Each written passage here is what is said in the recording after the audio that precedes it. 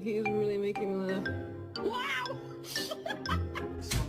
He does have tremendous confidence, but he's also based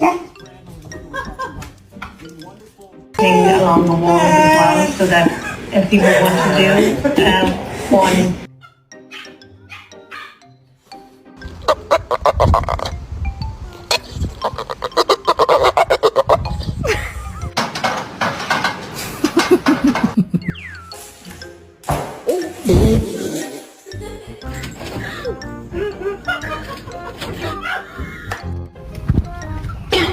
Oh no!